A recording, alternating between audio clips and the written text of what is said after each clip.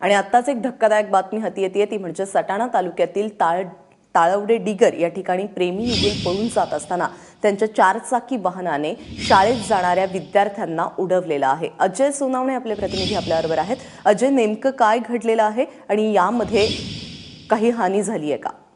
प्राजक्ता, सटाणा तालुक्यामध्ये 2 प्रेमी युगल होते, दोघे वेगवेगळ्या गावातले होते।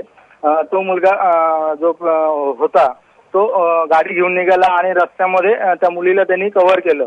तिला घेतलं आणि ते दोघं पळून जाऊ लागले।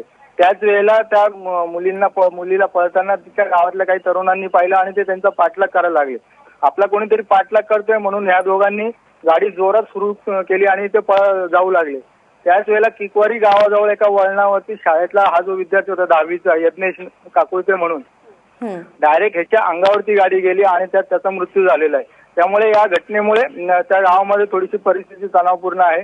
पोलीस घटनास्थळी पोहोचलेले आहे। त्या मुलाची डेड बॉडी आता सध्या सटाणा ग्रामीण रुग्णालयात आणली आलेली आहे।